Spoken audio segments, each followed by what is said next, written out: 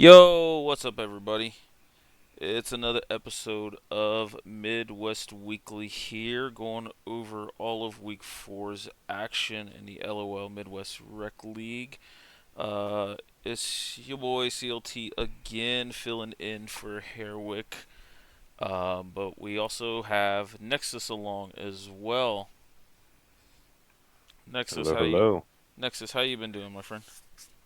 Ah, good enough. It's been a busy week. I haven't really gotten around to being available to cast, and that's what's kind of resulted in such a late Midwest Weekly episode. I know we're filming this and releasing it after some Week 5 matchups, but happy to be here, able to find the time and join in with the GOAT for some discussion of Week 4.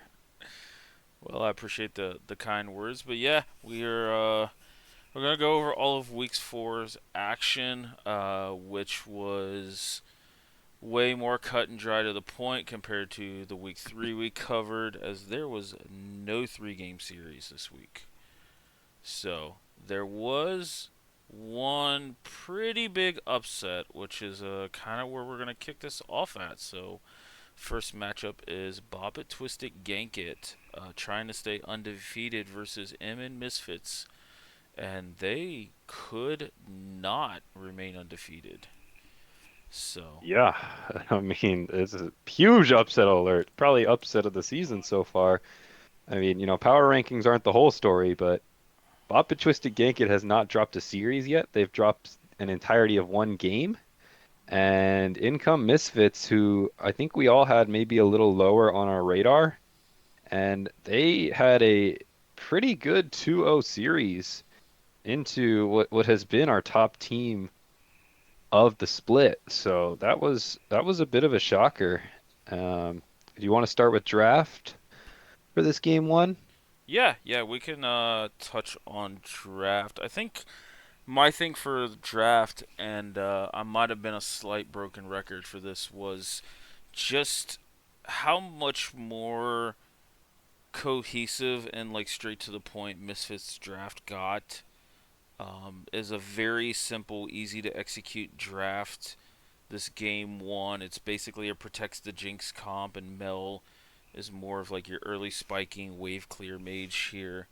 To where I felt Boppet Twisted's draft with the Rek'Sai, with the Gnar, and even the Victor just was so much harder to play and just lacked a lot of frontline here. Oh yeah, I'm with you. I mean, you draft three. A big fan of Misfits draft. First off, I think touching on the ease of execution and the cohesion, that's something we haven't really seen out of them. At least last week, they were really leaving How I Met My ADC kind of on his own separate island, doing something different from the rest of the team. Drafting this very simple front to back with an incredibly beefy front line, and then you go to look at BTG's draft and the Victor Gnar on 4 and 5 just not going to be enough damage to answer on back. And like you said, no frontline threat either in terms of staying in those fights for long. So Misfits very heavily favored just on the onset here. Yep, yep. I was super worried loading into this game that if Boppet didn't set the tone early and keep this tempo high, that Misfits would start to outscale them like pretty early. And then, as we kind of seen going into this game, they tried their best to keep the tempo fast, but LOL Cats was the recipient of quite a few of these kills here in the bot lane, which is Yeah, and I think a big part of that was Rhaegar too. This is usually going to be a Karma Ash favored lane. You're just talking real basic bot lane mechanics, double ranged into an Alistar. So if you can space properly, you should be able to poke and slowly build an advantage. But Rhaegar, watching the lane back, he was finding really good engages, pretty much off Hex Flash and catching out one trick Susan, catching out Thordle, and Lolcats was just running with that gold lead and those kills that the support was. I think the support was the driving force behind getting that gold in the pocket of the ADC. yeah, 100%. Though I will say this gank here at the very beginning, the lane gank from How I Met My ADC was pretty clever. I'm not gonna lie. Oh yeah. And that Yeah, that that then combated with Rhaegor's aggressiveness, burned the flash there, and then if Alistar just feels like one of those champions where he doesn't care about flash. Hex flash is just so good on him. 100% agree. So yeah, that was kind of the story of bot lane. Looking at the top side of the map, so I actually did misspeak last week. I do apologize. Been a bit lost with everything, but BTG's main jungler is Duffy, not Honda Crasher. I still have Duffy as kind of the driving force behind the team with Christmas music as the carry. And I think the early game still put that on display. Rek'Sai was getting on the map, and Christmas music picked up quite a few kills on this Victor.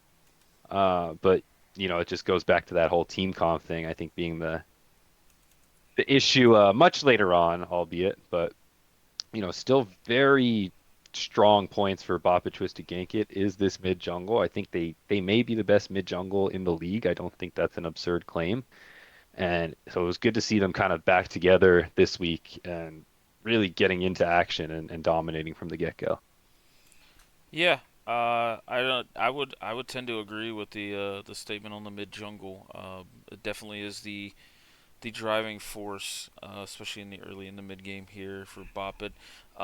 Going kind of back to the Victor a little bit. I know Christmas had definitely an influx of gold from the kills, and him and Soka were trading quite heavily. I think they traded solo kills at one point in the lane here. I'm just not a fan of the Roa build. If you're looking at the beef that you're having to play into, I think you're almost forced to go double burn into something like a Bloodletters to try and be able to put a line in the sand against these front lines.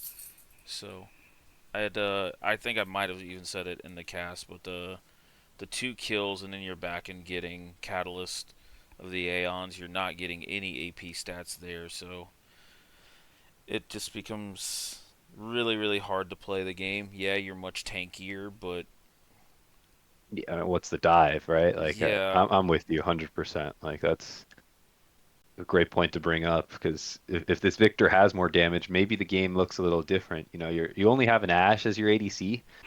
Ashe, as much utility that she provides, it's no damage. It's one of the lowest damage ADCs in general. You have to pilot it to perfection with kiting and everything to really output some damage.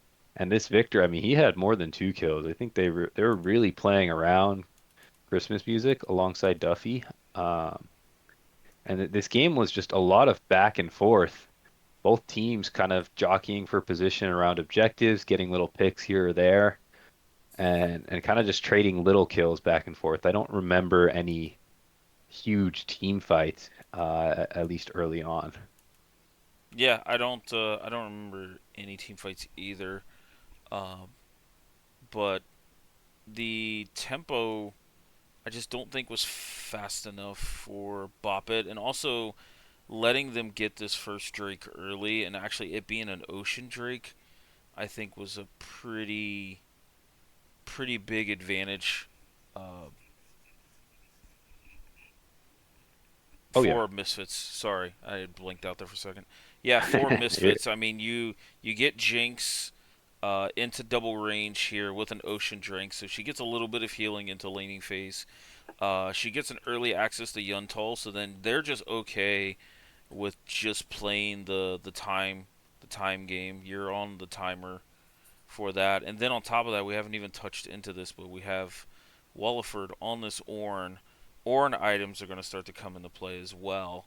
So it just overall it just magnifies this timer that you're yeah, putting on touching the on the Bop It. top lane, love Walliford as a top laner, especially on these tank picks. I think that's his comfort. And the Gnar, I believe, was counterpicked into it and really didn't get any lead. Walliford was holding pretty even on the CS numbers, and I think bled maybe a plate or two in that first 14, 15 minutes. But outside of that, you are completely fine with that as the Ornn, as you are playing for your team and scaling up and really putting onus on the enemy team with that soft timer of the items coming on in. Yeah, Yeah, I'm looking at it now. Looks like Nar got at least 2 plates there, um, Hmm.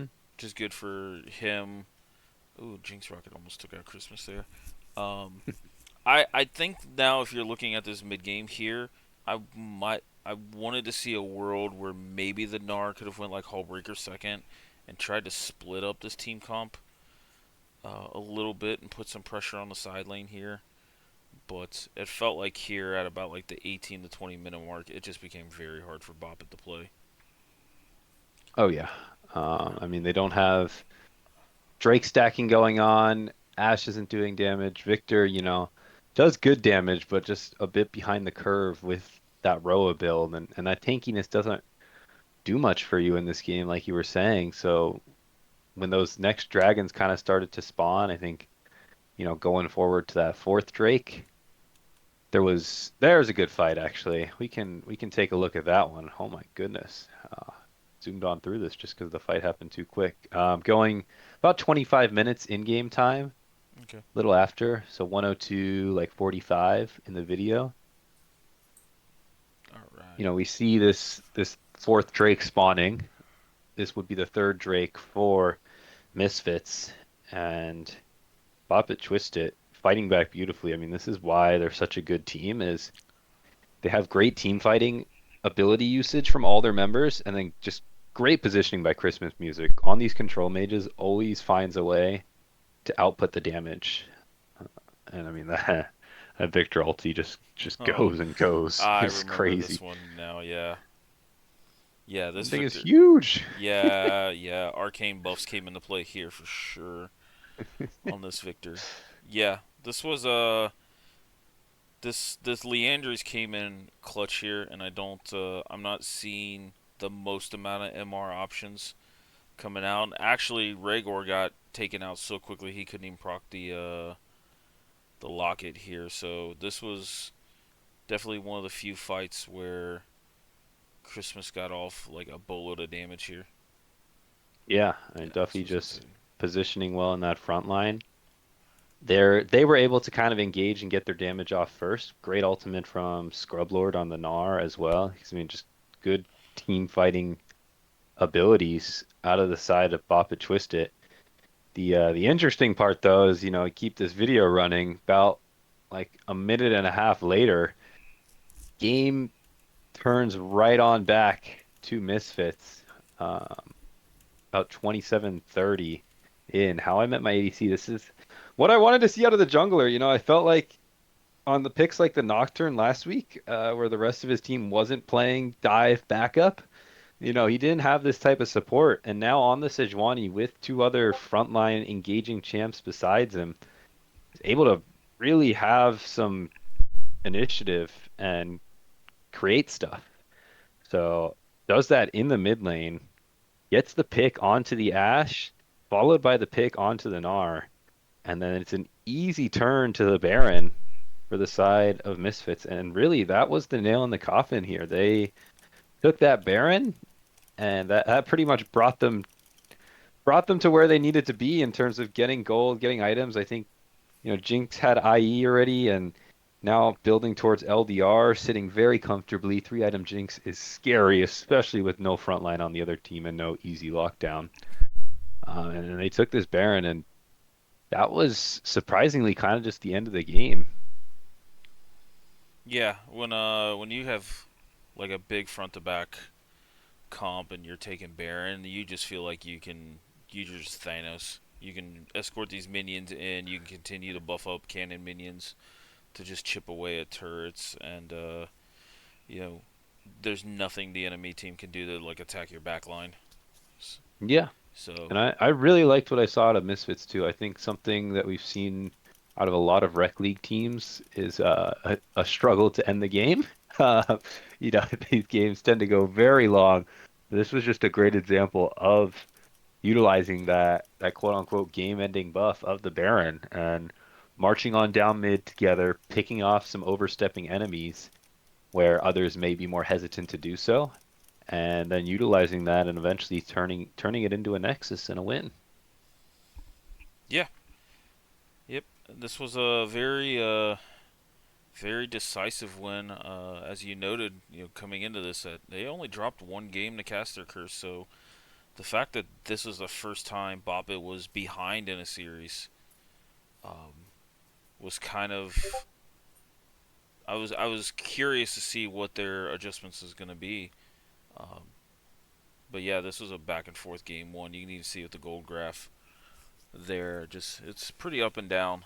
But after that Baron, just started rolling downhill against Boppet, and they could not stop it.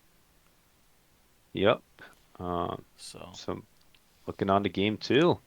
You thought game one was kind of dominant. Game one was dominant from draft as well, but game two, I mean, take a look at this beauty. This is whoo, it's lovely. I know there's the Vex there, and we mm, can touch on that too. But looking at those first four picks, a Moo Moo, Malphite, Misfortune, Leona. I mean, no one wants to play against that. That is just uber combo, death ball galore.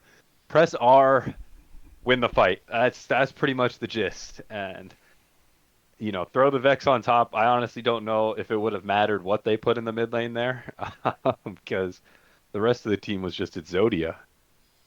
yeah, this was just the epitome of just a wombo combo. This is the thing you like.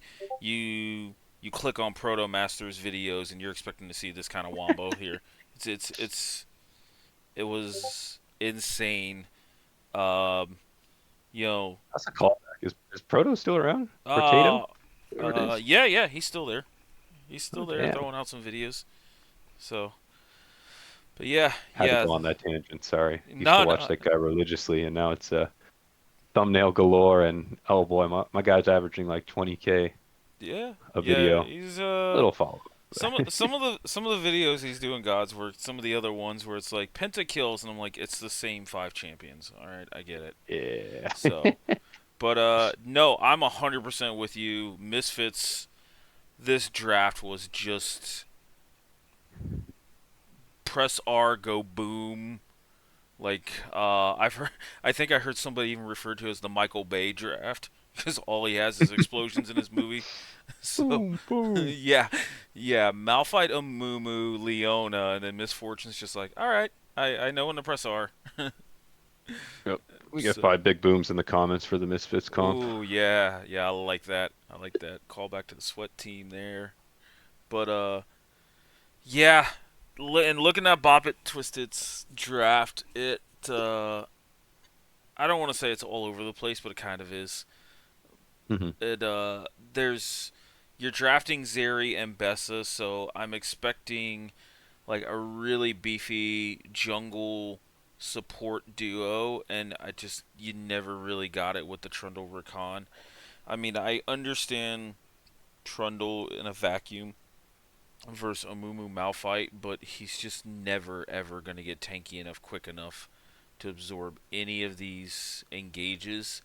I mean, if you have a frame or two before you get blown up, you can stop Misfortune ult, but like we're being very optimistic here. The Rakan, if he ever goes forward, he gets CC'd or locked up, and it's just it. This was really really tough post level 6 for Boppet to deal with.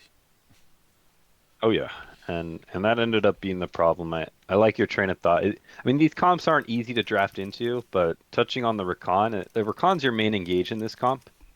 If you're going up against wombo combo comps, in my opinion, there's kind of two main ways to beat them. It's to kind of get the fight started on your terms first. So whether that means drafting like hard poke and getting an edge on objectives and team fights there before they even start, or just drafting really easy to work engage and trying to layer objective control a bit better. You can do that to just get the fight on your own terms so they don't pull off that wombo combo.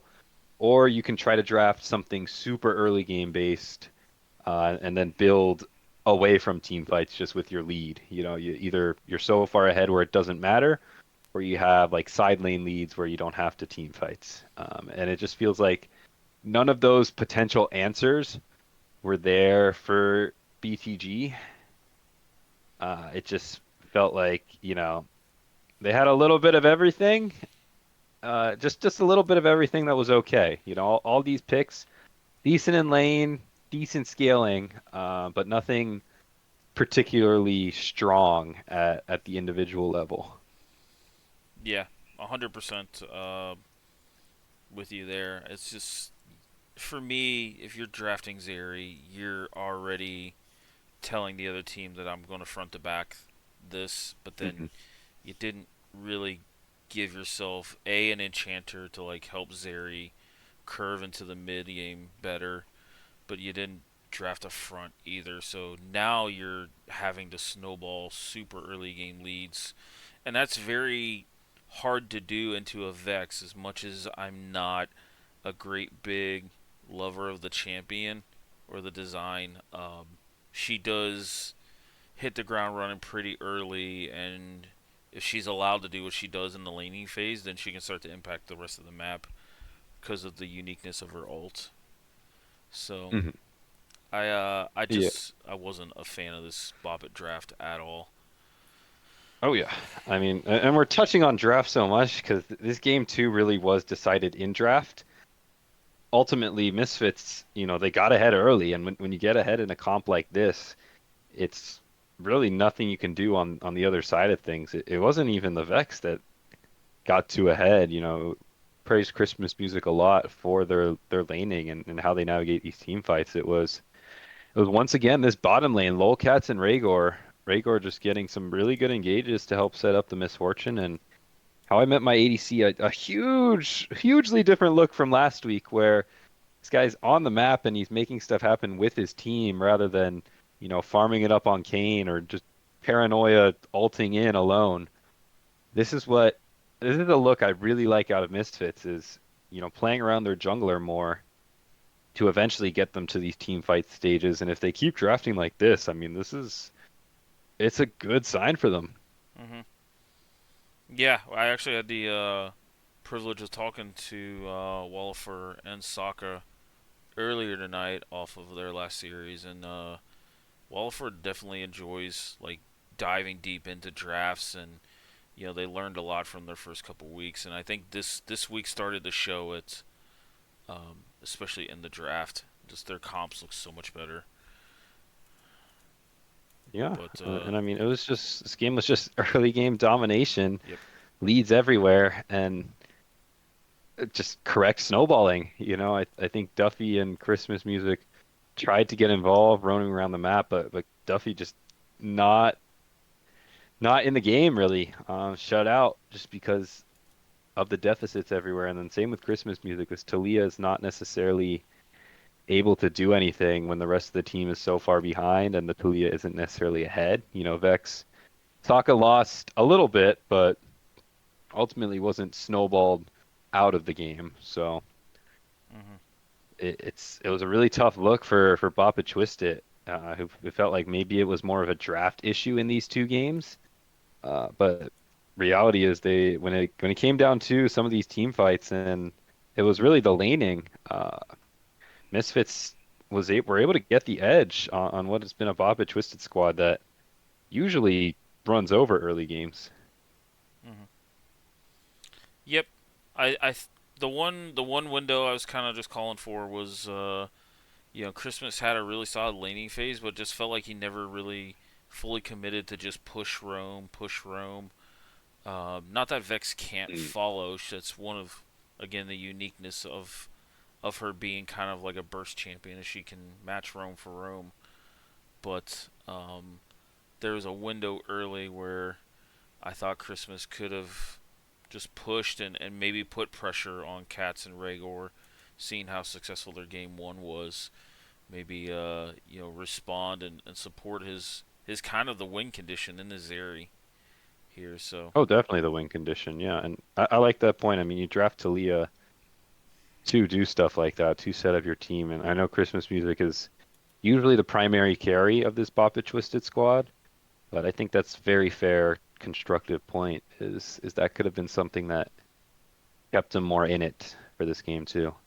yeah, but looking again here at this game two, I mean I'm over here at 13 and a half, and it's 6-1. tied on dragons here. They're up about 1,500 gold, which is a respectable lead early. Um, and they're still putting up a fight. I'm watching this duel here between Soka and Christmas. Um, Christmas actually did end up shutting down Soka there, but Walliford comes in and takes what's left of his health bar out and gets some gold income here. But yeah, it just felt like it was trades. It was a little bit of a timer in a different way, not like necessarily getting outscaled, but just a timer for the teams to group up. And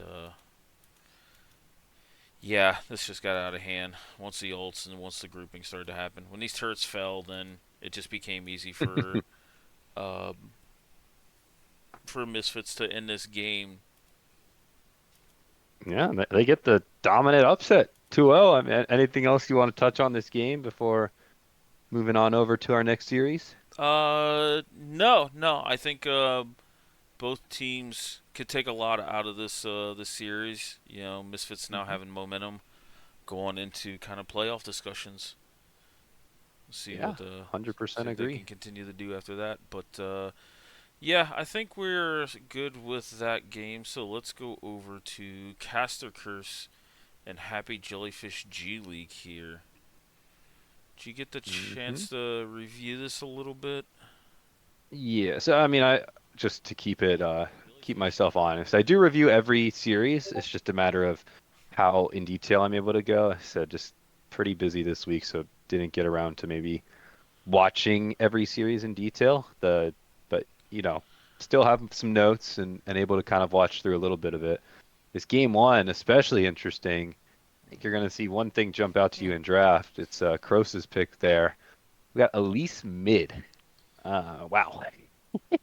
The What as the mid lane expert, what are your thoughts on that? um, it's unique. It's something I've not seen in a long time. I don't think it's in the worst spot. Just understanding how the trades go.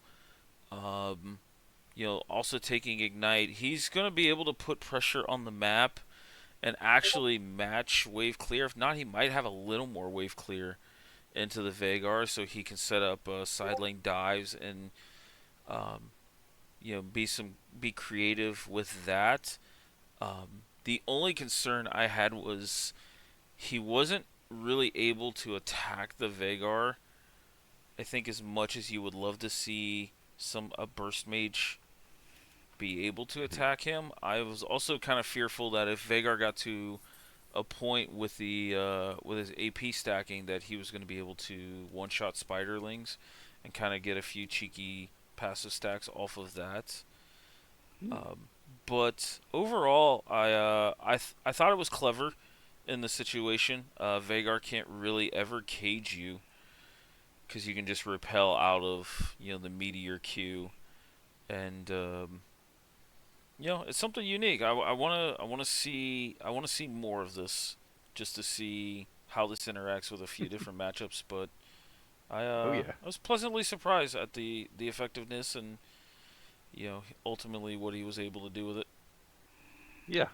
And I mean, Crosus is dude's psychotic. He goes ignite and Dark Seal refillable. I've seen him do this multiple times. On Echo especially. I know that's the pocket pick, but pulling out the Elise and then just still throwing down the gauntlet. I'm running ignite and I'm running Dark Seal first item refillable.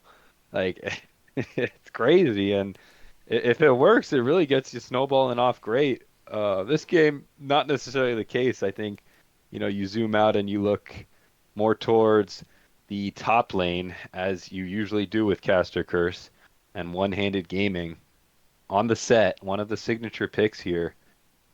I'm not sure where you're at right now, but if we go to about 1840 on YouTube, that's where this set really gets himself set up for success. I see what you did there. Uh, thank you, thank you. So, there's a contest for grubs that Happy Jellyfish start up. initially. While this is happening, big Sexpert and Pens, by the way, in the bot lane doing work. And then just a great collapse. We see that Elise burst damage come out, one-handed gaming on the map as well, and then the rest of the top side comes on through. This set ends up picking up a triple kill at the end of it all. And, you know, I don't know how much you remember about one-handed gaming set. Hopefully you remember that just play of the year moment. This guy slaps. He's the top laner of the split so far. I was maybe throwing out some question marks with the best mid jungle being Boppa Twisted, but I can very confidently say one-handed gaming is the best top laner in Rec League. You can trademark that, copyright it, whatever. And getting this set snowballed like that early on, that was great news for the side of Caster Curse. Yeah, I don't disagree with that. I don't even think that's that really that hot of a take. It seems like no matter the matchup, no matter what's thrown at him, he seems to always come out on top, and the impact he makes on the game is something for sure. Yeah. And it's not Jeez. easy on the champs that he plays, playing these more bruisery type characters, but I think the rest of the team plays around him well. I like talking on Big Sexbird as kind of that other carry of this Caster Curse squad. Love what Pens and BSB do with their drafts here. They draft these really strong laning duos that transition well into the mid game. So Lucia Nami being one of those, you get the lead, you're able to kind of play off those mid waves, keep pressure up, while one-handed gaming, who usually has a lead, does the same from a side lane, and that's been kind of the Caster Curse recipe for success. And I think we kind of see Exhibit A here, albeit against maybe a weaker team in Happy Jellyfish G League, they they're still able to snowball well through these two main avenues. Yeah, yeah, I'm 100% with you. Caster Curse seems to always have the most cohesive bot lanes. We've seen the Lucian Nami so many times. We've seen, I think, Kog'Maw plus Enchanter two or three Hmm. times from them this split. It uh, it just seems like they start preparation with like, okay, what bot lane 2v2 combo is going to be good here, and then they start to build the comp around that, and then they just let Croesus off the leash with some of these weird, wacky, unique picks. Um, so yeah, it seems to be working, and honestly, outside of Capachunga's Bop It just seems like there's not really much stopping them here from doing that. I really love the bot lane just throws down the gauntlet. They're like, we're drafting something to fight, and it's up to you to react to it.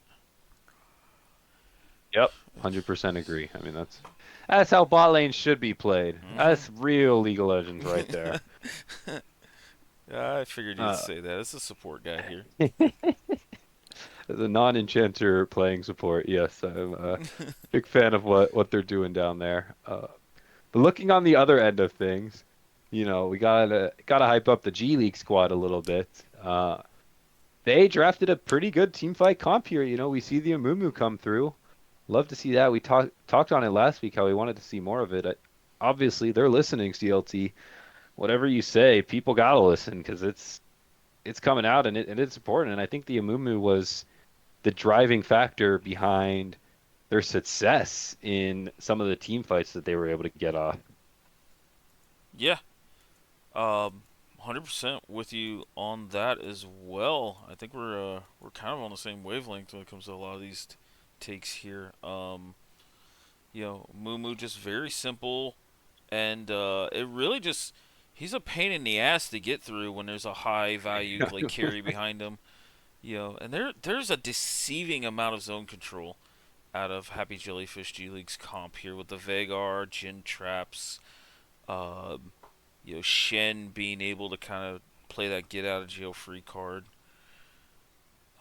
for them. So I Yeah, was a pretty big fan of the comp um, overall. yeah. I know we may be jumping a little bit ahead here, but a lot of the mid game was Caster Kurz just slowly building up a lead thanks to the lanes they got. But if we go about 38:50 YouTube time, we kind of see the power of the team fight and that zone control you were touching on. One-handed gaming and BSB making a move down in the bottom lane to pick off Quagmire, who did overstep a bit, but then just blows up the Lucian. And from there, with a huge damage source gone, they're actually able to pull off a fight here right before the third Drake spawns. So they end up getting themselves on Soul Point. Perps flashing in with a three-man Curse of the Sad Mummy, and Murph able to just provide artillery support in the back line, picking up a few more kills, getting his team set up for that Drake, and really keeping them in it in what was a game that was slowly getting out of their grasp here. Yeah, that was a. I'd have loved to hear the Bird's comms on that Vagar because he just turned around and just one shot him. Oh, pop. I mean, Yeah, but Bird's positioning is usually great. I don't blame him there because Quagmire, not even that too far like into the game as the Vagar, still just pops the Lucian. It's just woof, ADC moment. yeah, yeah, ADC 2025 moment for sure. But no, yeah, Perps with a big three-man ult, and yeah, it's part of this game's kind of coming back to me. It was impressive to watch Happy Jellyfish still be able to draw the line in the sand and be able to stack these dragons and at least try to build themselves a little bit of a win condition here, even though Yep. they kind of got tugged around the map, especially by one-handed. Yeah, and that's what ends up kind of breaking the camel's back here is if we go about 43 minutes into YouTube, they're being pulled apart, trying to fight over jockey over this mid lane as they see Set on the side lane. And Set's able to get this beautiful TP off into the mid lane. And this is what we're talking about. One-handed gaming on these tougher to execute picks just makes magic happen. I mean, somehow gets on both carries thanks to that TP ward and really just solo wipes him out and then takes care of Ashes as well. Ashes is out of the fight. And from there, BSB, Pens, Etrium, they're able to clean it up pretty easily. But that was all off the back of the Set, getting a beautiful flank. And that really sealed it, similar to that game one of Misfits and Bop It. They get this pick, get a few kills, turn that towards a Baron, and that's really the snowballing factor that eventually brings them into the end. We can have there's actually another Set moment as well. So yeah, I do watch the games a little bit. But if we go, fast forward after that pick, they get Baron. They're kind of pushing their advantage. Drake spawns about 48-10 in YouTube. Set just it's a four-man ulti, and then I mean you can see the haymaker for yourselves. It just keeps getting it done. It's incredible. Yep. I probably gonna be a montage of just his Falcon punches at the end of this split because yeah, they keep Drop letting the him. Falcon Punch in the comms and the cast it all there. Yeah. No, no, no. I didn't. I wasn't that clever at the time, but yeah, at this point, like these big punches that he keeps throwing on his set, they're just like getting old. You keep seeing it time after time again. Yawn. Yeah, sorry, I just one shot like three different people. My bad. Yeah, and But that was the game-winning fight there. And mhm. it was a great little back and forth too. Great work from Jellyfish staying in that. We see kind of the power of that zone control that they drafted. Love the draft.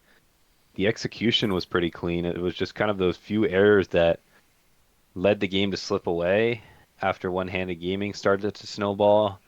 The bot lane of the Lucian Nami was starting to pick up gold in the mid game, and that just made it a little tougher to navigate all those wave states.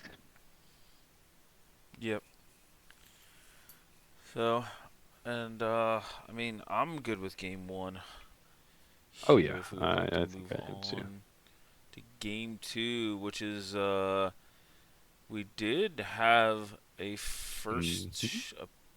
uh, first appearance. That's the word I was looking for. by Yanara here. Yep. And it was a good one. Yeah, Bird, trust him on it. This is another pick that, is strong laning and very strong mid game. I think Yunara's a bit overtuned right now. Not necessarily overpowered, but it's just pretty tough to play into, in my opinion. I don't have enough experience to, comfortably say what easily counters it, but you want to try to outlane it if possible. But once those things get stacked up, if you don't have enough burst damage to kill the Yunara, then you're in trouble. yeah. I feel like she's a little bit of a different twist to say someone like a Kog'Maw, where she really likes enchanters. She's really good at standing her ground, but she's also mobile enough to like kind of move forward in the certain team fights in certain situations. Um, I think the build is probably something people are still trying to figure out, but for the most part, crit looks like it spikes really well. I think if I remember, Bird might have went Kraken Slayer first here, which I've also seen a little bit of, but um, I was concerned kind of looking at the draft with the Yanara, but I thought the Renata was a really nice pick. I think it's something Yanara plays well with, and looking at all the engage and all the beef on Happy Oh yeah. Jellyfish. Um, Especially with that. yeah. Into Kennen, Warwick, that dive is pretty much nullified with a well-placed hostile takeover. So with you there, big fan.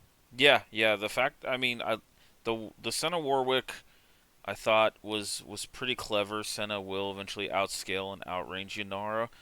Um, but the Renato was also a nice counter pick. So then you then counter pick the counter pick with like AOE dive with this Ken in here. So I loved a lot of the back and forth in the draft. Uh, overall, this game, I thought a lot of people Oh did yeah. their homework. And that's always nice to see, some spice with the Warwick. We do see, as much as I've been gassing up one-handed gaming, this is the first game I've seen that one-handed gaming struggles. But the rest of his team does have his back. On the Trundle, just not able to get a lead into Smol's Cannon. Smol's using that range beautifully, building up a lead for himself. But just on the flip side of the map, that Yunara, Bird, and Pens just able to build themselves up quite a nice lead. Senna Blitzcrank, very weak lane.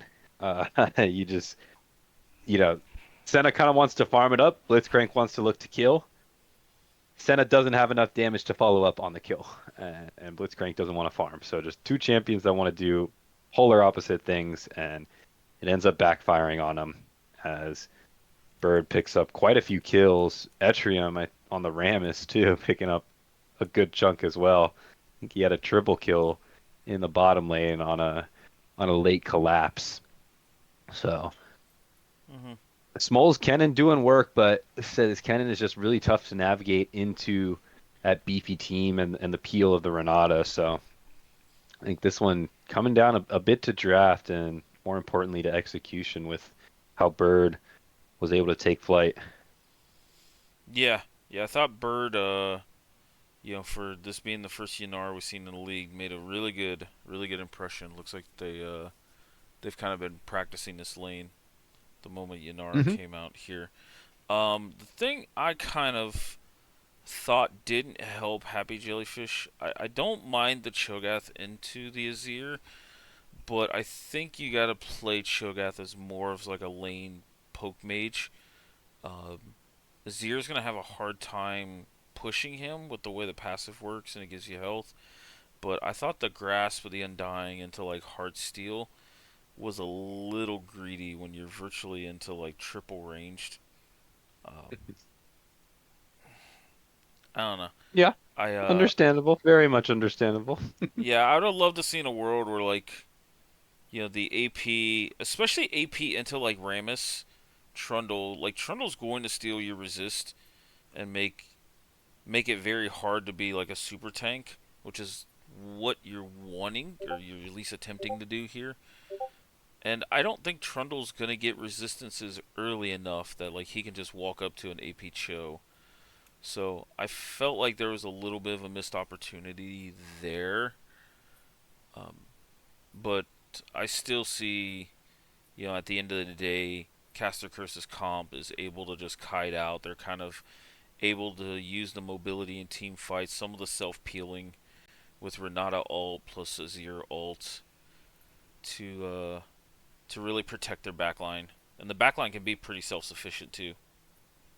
Yeah, yeah. We can look at one fight about 113.50 into the YouTube video. I think it kind of shows how these both these teams wanted to play. We actually see a successful team fight out of G League here as they catch out the Yunara. Small is able to really get through into the back line before all that peel and front line gets set up. And so that's an example of a successful team fight, because the Yunara isn't there. And that really shows the importance of the Yunara for Caster Curse. And they made the adjustment. I think that was kind of the fight where they were like, okay, we really got to make sure we're stable and set up for these team fights so that doesn't happen again. Well done on Jellyfish, especially Smoles, finding that punishment. But for the rest of the game, no such avenue was given. Otacon was started up a little bit later, and Yunara just kind of wipes the fight there. He picked up a multi-kill. I'm not sure exactly how many. Looks like a triple kill that honestly could have been a penta if team played around it a little more. Yeah, I'm just now getting to the Otacon fight. This is kind of the one thing that I keep harping on is you start this Otacon and you just lose so many resistances to it. Um, yeah, I kind of this is a insane corridor for Yanara's Q as well. Yep. Yep.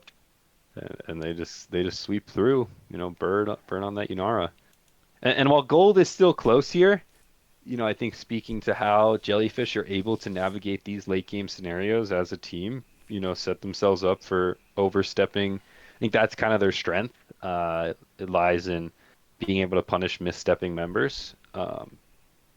It more speaks to Caster Curse's strength is getting the good setup together to be able to eventually snowball and close this one out. Yeah, I did notice that that was a much. It looked like it was emphasized going into this week after their week 3 series, where sometimes I think they were not getting either fully set up or they were just getting beat to the setup in that match. Hmm. So it was nice to see the improvement there. Yeah, they played Bop It Twisted in week 3. I couldn't remember who they played, but yeah, Bop It a few times would beat them to the setup. So definitely looked like they put a lot of emphasis there. So Agreed, and it paid off. So we'll see how those adjustments kind of work for them in the future as well. yep. So um, On to the next. yes, sir. So next one is Team Solid versus Minimum Talent Gaming here. So this one got out of hand pretty quickly. Um, Yeah, as MTE series unfortunately have been going this year. It's just more of the same. yeah, yeah. MT. I thought a couple weeks ago I praised them on their draft, but I felt like this this draft had direction to it, but it's just really hard to put all your eggs in the Olaf basket when he's walking into Cassio, Gwen, Morgana, like stuff that can just kind of just stunt him and draw this line in the sand. And even if he's ulted, Cassio still gets movement speed. Gwen's still backpedaling. Like it's Olaf's not in a good enough spot to where you can play through him. Yeah, I get what you're saying. I'm actually gonna disagree with you here. We Okay. don't do that too much, but I like this MTE draft. The problem with them has always been early game. They haven't taken off on any of these early games. They just bleed everywhere. And so I like this draft because it did have a winning top lane. a pretty decent pairing bot lane that should, in theory, at least be able to hold their own. A early ganking jungler, and then Marshall and an Orianna is okay farming. I think it just kind of fell apart again. This game it was a lot of meows. I think he went for a very bold two camp gank mid that really put this Nautilus behind on the clear. Nautilus clear isn't fast to begin with, and Cyanic Acid is very much a capable jungler who can punish that, and that's what happens. Able to invade meows early on, pick up a solo kill, and it really just dominoes starting to fall from there. Cyanic Acid double scuttle, or not quite double scuttle, but picks up the scuttle, has a massive CS lead, up three camps just 4 minutes in, and then starts to walk around the map and pick up this kills on the Gwengle. Gwungle? Is it Gwungle or Gwengle? Uh, I don't know. I've never actually like heard it called I, that. I just assume any weird pick is kind of combined in names like that. The Gwen Gwungle, jungle for Cyanic picks up Gwungle. a few Okay. kills, and from there, lanes were once again just snowballed beyond control for what MTE could handle. Yeah, I mean, I'm with you with that. Even with the little bit of the disagreement in the draft, um, it seems to be this is where a lot of the issues stem for MTE is just this early game here. Just even trying to fight for CS or trade in lane to create like advantages. It just it's difficult for them to do. Yeah.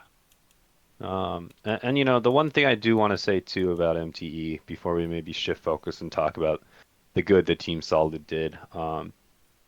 Marshall in the mid lane, I think is very clearly the shining star of that team.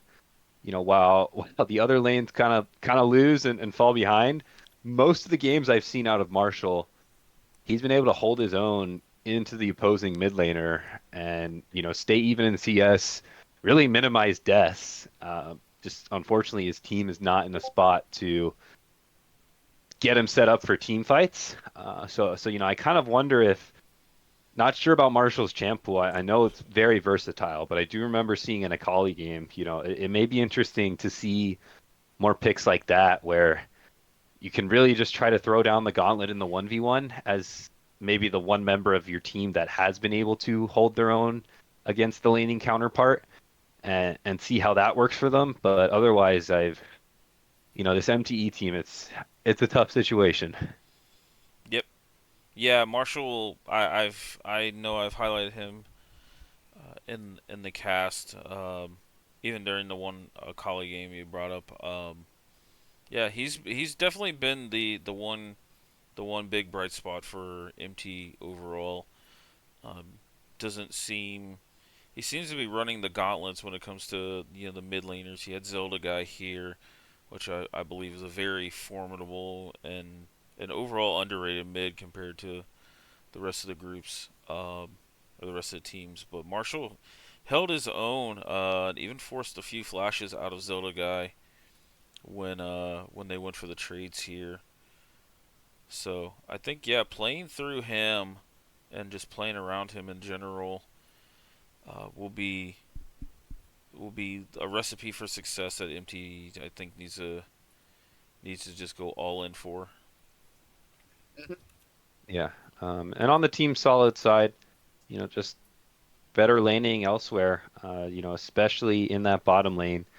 V7 and Squeezy, they're pretty good in that bot lane, and I haven't really been impressed from what I've seen out of Reaper and I think Ravenchew. It was nice to see Reaper on a non-mage support pick this game. That's another reason I kind of like the draft. We've seen a lot of Brand and Swain, so I think this was a nice new look. But, that Jinx just started to snowball, and with leads everywhere, Team Solid, they're solid for a reason. They can close it out pretty nicely. They were able to secure Soul, walk it in with a bunch of towers. They didn't drop a single objective all game, just playing good League of Legends like that, good clean League of Legends, and bringing home a dominant game one victory.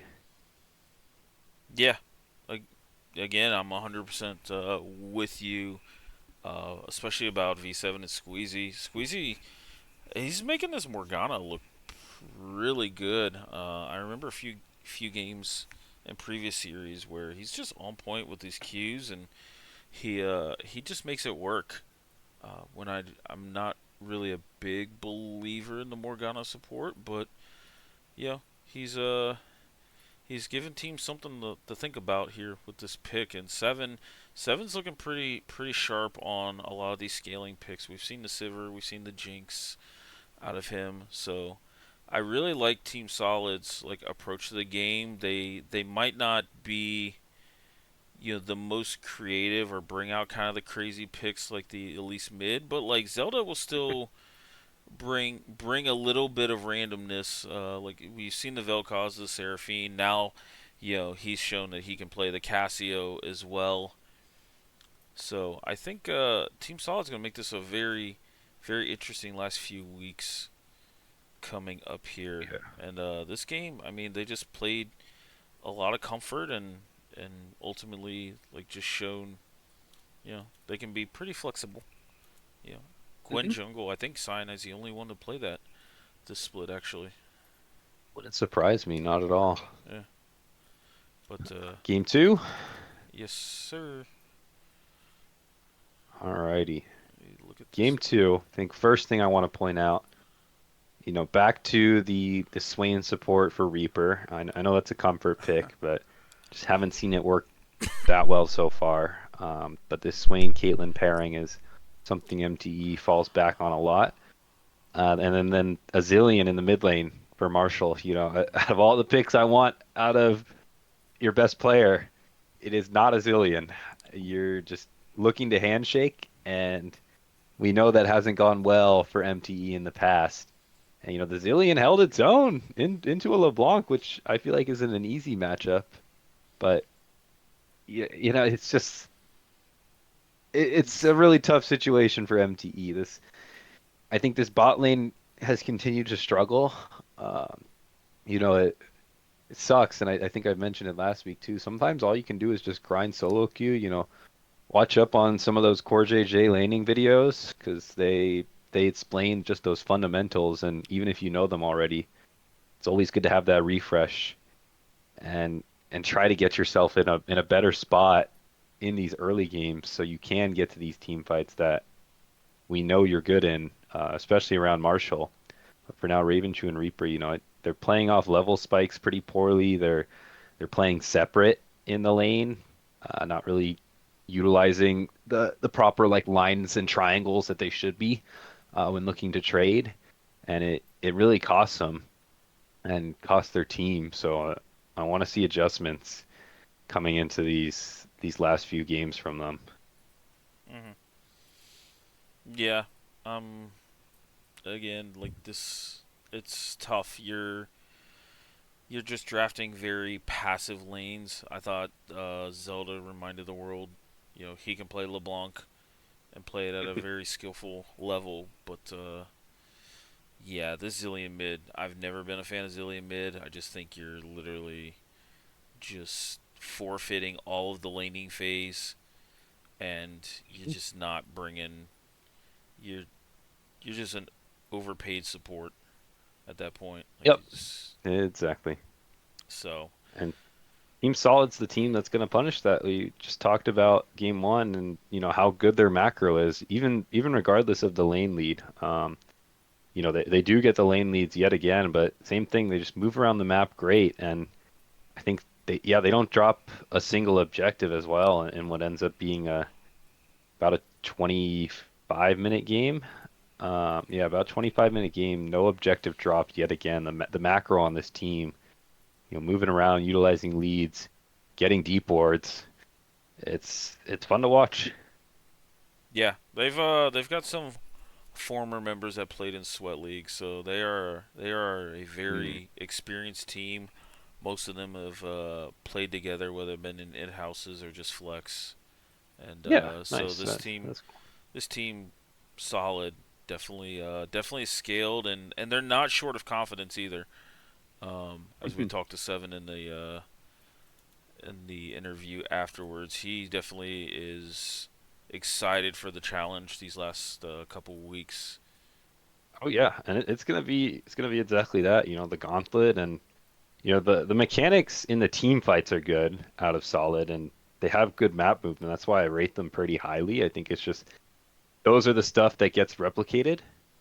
I'm not sure if found out the other day, Seven used to be a StarCraft player, like Masters Yep. GM in StarCraft. So that kind of explains a lot of the macro strength Hmm. out of the Team Solid squad. On top of, like you mentioned, getting all this lore here at the some Sweat League players, so a lot of experience. Of maybe the veteran roster of LoLMidwest Rec League.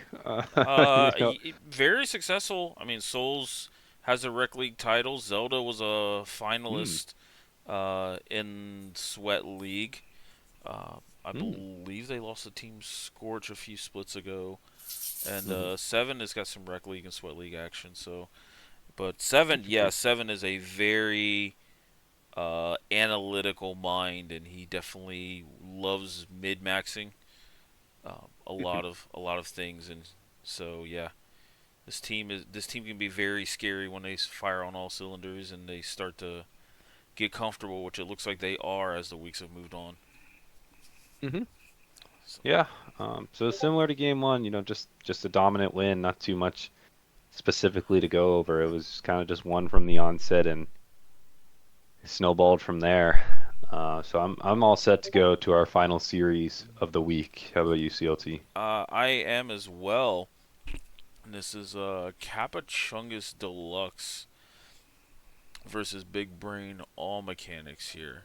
Now, this was casted by friend War Initiate, who I've had the pleasure of teaming up. Me, him, Shreets, and Kazulan were on the Sweat League team together last split.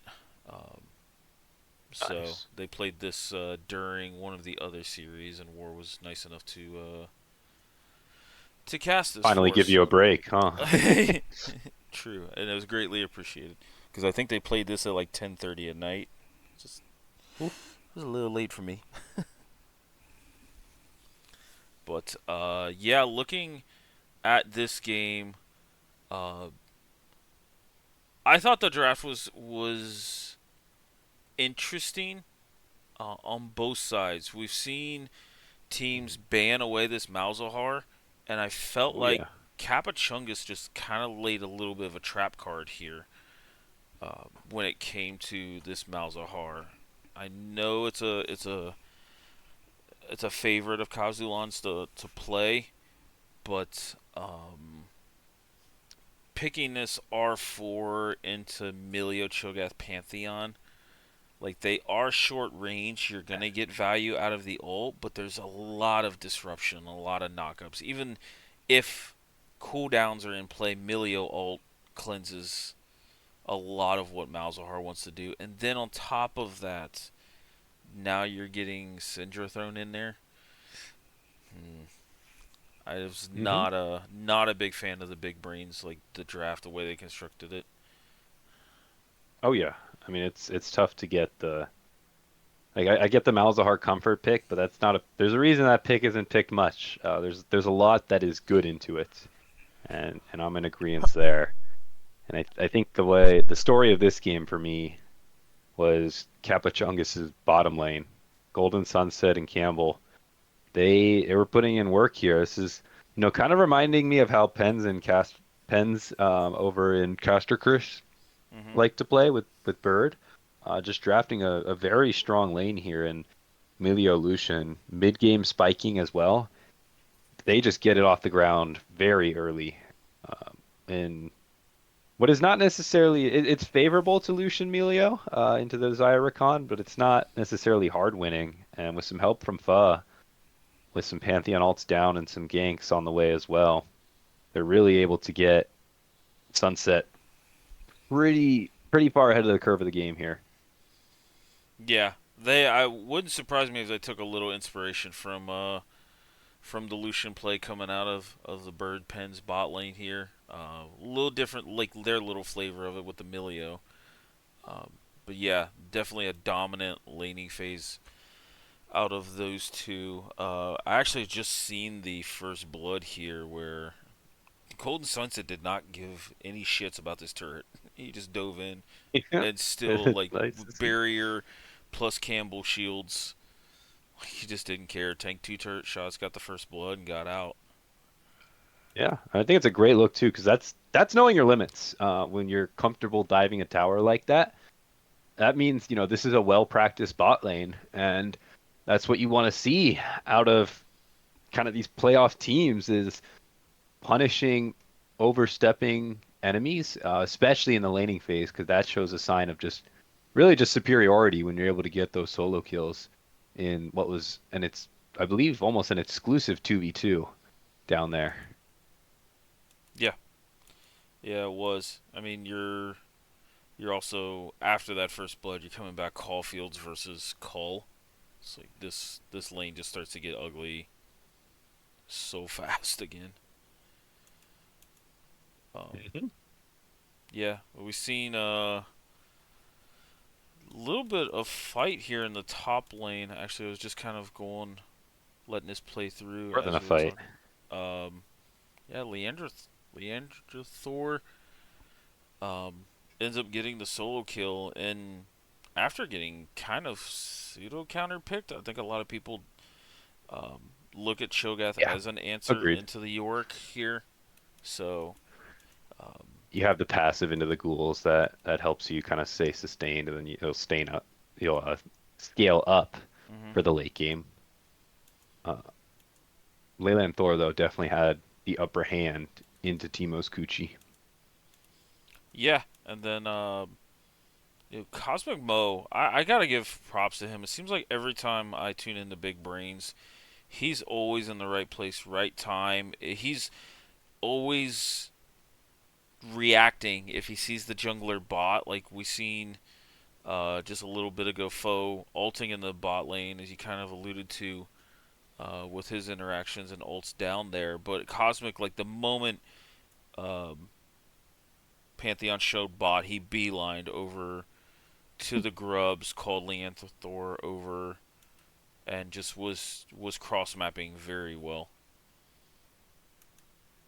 Yeah, and you know, I think this game ended up being surprisingly one-sided. Was a little surprised at just how that ended up happening. Uh, Sunset and Campbell just snowballing beautifully, and despite Lilian Thor's kind of best efforts on the side lane, that's what ultimately did this game in. Yep. Yeah, just kind of skimming through this a little bit, but yeah, we start to see just the bot lane showing up and balling out here on this Lucian Milio. This Lucian Milio looks really really good compared to Lucian Nami. Yep. It's they were putting in work. Different strengths. I think the Lucian Melio, you're playing with the auto attacks a little more just because of the extra range, whereas the Nami, you're playing a little more bursty thanks to the Imperial mandate off of the Nami E. But still just very successful. And I mean, what did Lucian end up getting kill wise? I know it was really high up. They were just kind of snowballing off the back of that Lucian. I think if we look I'm about seeing 11-0-6 here at this Nexus push. nice. Yeah, 3 items, 11-0. Whew. And Joker Yeah. even had a deathless game here, 3-0-4 on the Syndra. Yeah, that's a sub mid laner too, right? Yes. Yeah, Joker is their Nice. sub. And Yeah, so actually, good on them for pulling that out. yeah, I believe he actually subbed week 5 as well, not spoiling anything, but yeah, I think Campbell's on vacation Ah, gotcha. for Okay, for that's what's this going on, past huh? for the week 5, yeah. But no, We'll Joker. get there. Yeah, yeah, but Joker coming in here, you just Cinder just had a free game, and then just go ahead, press R on somebody, just buy. Yeah, We can look at about 51 minutes into YouTube. That's the big fight. We talked about Golden and Campbell snowballing the whole way through. This was just kind of where it really all collapsed for Big Brain. I think just trying to get the objective, the dragon, and get something back. But then it's, Joker TP's back in from the initial death, getting picked off, actually able to steal the dragon, and then the rest of the team, Campbell on the other side of the map, just walking him down, picking up those kills. That's where Campbell gets the 11th kill, and that's where they're able to walk it in for, some actual quick games this week, CLT. It's like, thank goodness we're not just here watching. I mean, as much as I love them, it's a nice change of pace, not having the 45-minute back and forth and back and forth and back and forth games. Yeah, yeah, I will say I do enjoy a 40-minute game occasionally. Not every single game. Especially not every single game in a 3-game series. But yeah, some quick games here. This one ended just shy of 30 minutes. Didn't even get to Seoul here for Capachungus.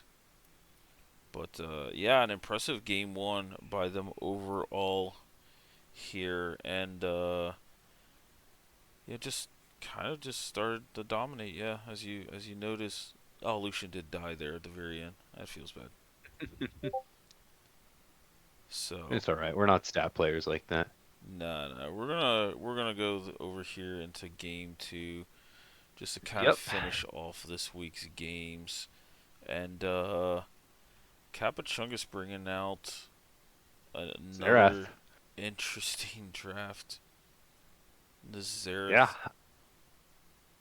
So this is something I definitely want to talk on as kind of a focus for game two is the bot lane of Capachungus. I think we've seen a lot of Campbell on engage supports and kind of roaming around the map, helping his team out in that sense, using the lead there. This is a really interesting, different look where they're going very heavily into lane with stuff like the Lucian Melio and now the Xerath Jhin, just going for the hard poke.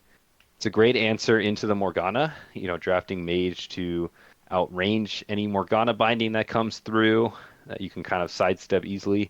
And then at no real threat from the spell shield, you're not really spell shielding anything. So this was something I really like to see out of Capachungus, and I think it's a great look for them as this bot lane is kind of showing they can play both sides. They can play, engage, diving in with something like the Tristana, or they can play more backline focused with this Jhin Xerath, raining hell from 2 screens away. So that was really nice to see out of Capachungus, that bot lane especially, and they capitalized on the matchup. Yeah. Yeah, I'm kind of looking here at this early game, and it was just Varus playing Frogger, uh, just dodging everything. At 3 minutes, he's already chugging his pot. Like this is, oh Lord, Yeah. this This is is the problem with Morgana. Squeezy has been able to navigate it well, but when you draft it and you're not into like an engage pick, you can get outranged and outpoked and just slowly dog walk down, and that's what happens. Domination from the bot lane, Joker in the mid lane, also doing quite well for himself, building up quite a large CS lead in the mid lane over time. And it really ended up being kind of the same story as game one, where, despite some struggles in the top lane from Teemo's Kuchi and some great punishment from superior laning out of Lelanthor, which is what you want to see in this lane bully pick of the Darius, the lead elsewhere with Golden Sunset and Joker, just too much for Big Brain as they kind of just slowly bleed out gold in the mid game.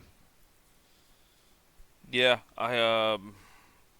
Yeah, I'm with you on this. I'm not a big fan of the Big Brains draft. I mean, you, I'm just Galio into like a bunch of ranged champs kind of feels bad overall. I mean, there's you B5'd it, so you're seeing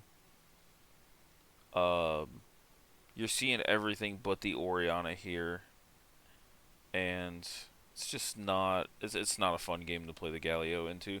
Plus, also the D ring start, I think kind of really is asking for you to get just auto and poked out, because Galio just really can't stand his ground into mages until after the first back or two, depending on the mage. Um, Oriana's one of those ones that has a fairly high AD, and the ramp up from her passive off multiple auto attacks is very useful against melees. Yeah. So, Agreed. I know we're honing in on draft a lot. yeah, sorry. It's just because this game two is no, it's all right. I'm explaining why because I'm okay with it too. Game two was a lot of similar story to game one where it was just falling behind early, a lot of that due to draft. And then Kalpachungus is one of our top teams for a reason. They know how to snowball and close games out.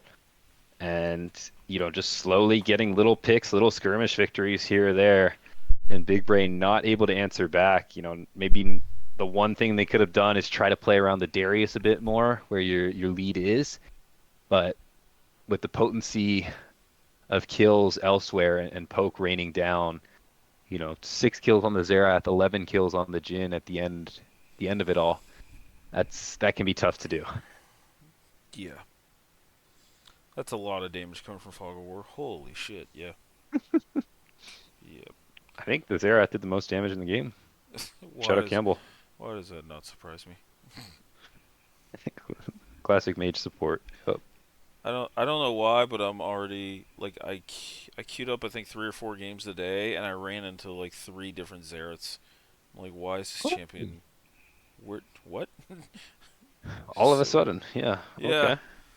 I mean, he's in a really good spot. He's actually secretly been kind of OP, and he's really good mid into squishy support. So taking him support against another squishy support in Varus, it's like yeah, it's I see the cook, and it was rewarded here for Campbell.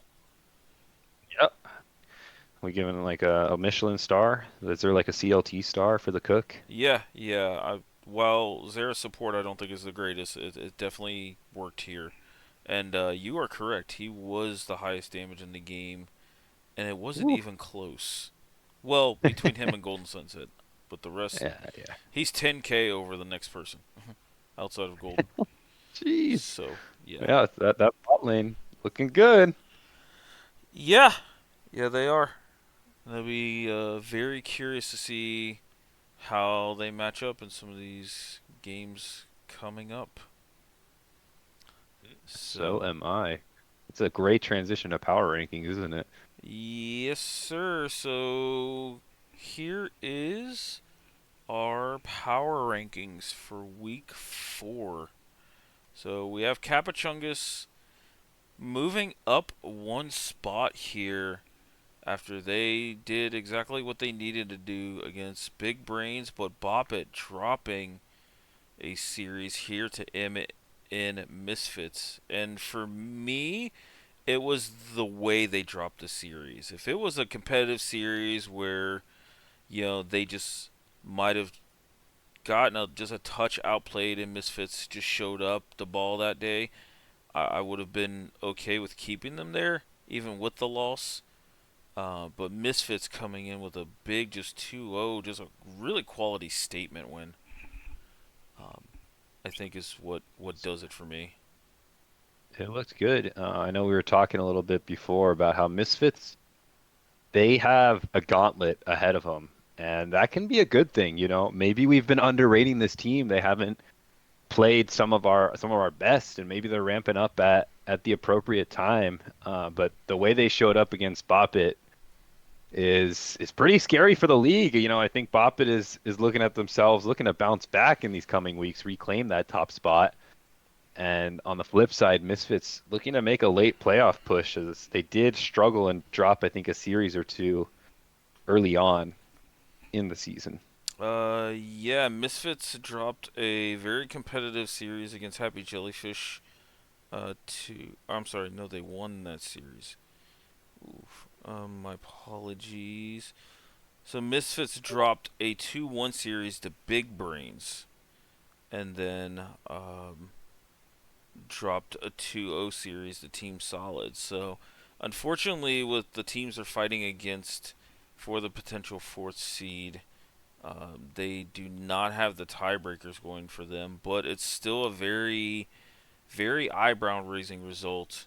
Them taking out Bop It again, and just the way they did it for me. But Yeah, I'm there.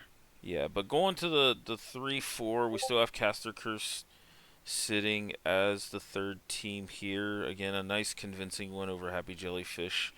They did exactly what they needed to do and took care of business there. Team Solid being in the fourth spot again, they did exactly what they needed to do against MTE. Two really quality games out of them. But the big mover here is Misfits after taking care of Bop It, going ahead of Big Brains here in this fifth And spot. this is the really tough situation is I think we have a very tight top six that I could see playing out either way. I think we can put Kappa Chungus and Bop It pretty comfortably at the top there. But everything else, and even Capachungas and Bop, that I could see it moving around anywhere. These teams are starting to ramp up, really starting to clean up their games. We saw clean ends in a lot of these games here, which is a great sign for the league. So I think it'll it's a really tough call. These rankings, we're kind of just keeping them mostly the same, despite what could be a lot of switch up. Feel free, use it as motivation out there. If show up next week and we'll make the adjustments. But it's tight.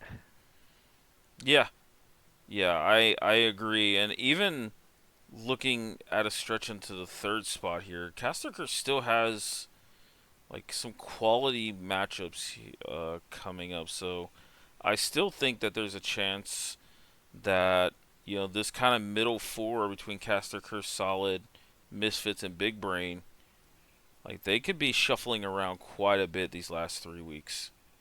Um, but I still feel comfortable saying like Caster Curse is probably the de facto top of that middle group here. But they do have Big Brain All Mechanics week 5. They have Team Solid week 6, and week 7 they have MN Misfits. So Caster Curse has to run the gauntlet of these three teams that are chasing them for this third spot and overall fighting for this fourth spot here. Yeah, I mean that's It's gonna be. tough to share too much about the actual power rankings just because like there's still so much of the league left to play where it's so much conjecture.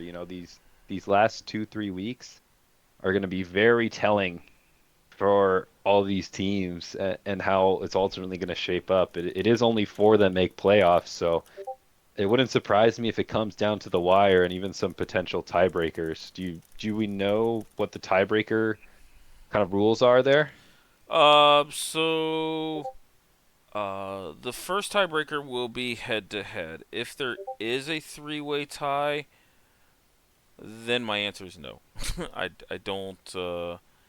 We haven't dove into that yet. That's probably a good note for me to bring up to the mod team and see what we want to do with that. Because there's a couple of different ways we could approach three-way tiebreakers. So um, I will go back in and see what we have done, and we'll get back to you guys on that one. Yeah, just just dropping that early because I know it's probably going to come up. Um, Uh, but yeah, I think a lot of these teams have kind of pretty clear star players or at least team identities. In the case of maybe Team Solid playing more together, but a lot of these teams win through you know two players primarily, and so seeing those matchups will be kind of interesting in terms of how they shake out, especially when those players are head to head. yeah, uh, big agreement there. Especially for me, it's just there's there's just so many questions that still need answered between some of these teams. Like you mentioned, I think it all pivots on the star players, but I think if the star players even themselves out, then I think the reserve cast and some of the playmakers and unsung heroes can really shine in these series. Yeah, that seems to be the case. So, but yeah, kind of rounding it off. We talked about Team Solid, Misfits. We even mentioned Big Brains in there. But your bottom three would be Big Brains, Happy Jellyfish, MTE. Fairly self-explanatory. I do like what I seen out of Happy Jellyfish. Think Ashes kind of took a little bit of a note from you from last week, where he played pretty conventional supports this week, and it just they looked a lot better, a lot less coin flippy there. So they do have a um, big test here in Bop It, and so we'll see how this ends up looking for them. But Yeah. yeah, Maybe MT they make a splash. We'll see. that would be a story. Here's two of the lower end teams looking to make a push for playoffs, knock off what was kind of the de facto number one team up until this week. But this will also be a showcase of how Bobbitt comes back and learns from that loss as well. So they might be a little pissed off. It'll be fun to see. Definitely some games to tune into in these coming weeks. Yep. So, but yeah, that's about all I have for this, my friend. You got anything else? Nothing to note. I mean, we go into pretty good detail here. So to anyone who sticks around, whether it be watching just parts of it or some of the whole thing, it's some background noise. Really appreciate you listening in. Yep. Yep. And I didn't talk to nauseum this week. So, but yeah, glad we could get this out. Glad me and Nexus could find time to make this work, and I'm just loving all the engagement from the Rec League specifically. They are always wanting to know when the new episode's coming out, and they're loving all of it. So I appreciate all the feedback from everybody to this. I appreciate much love for Nexus for helping us pump out this content here, and yeah, excited to see what these last 3 weeks are going to bring us. Likewise. Close So us out, boss. So yeah, for CLT here in Nexus, this has been your week 4 Midwest Weekly. Hope you enjoyed it, and let us know what you guys think, or if you disagree with it, let's we can start some chat up. But yeah, it's for me and Nexus. We are out. Deuces.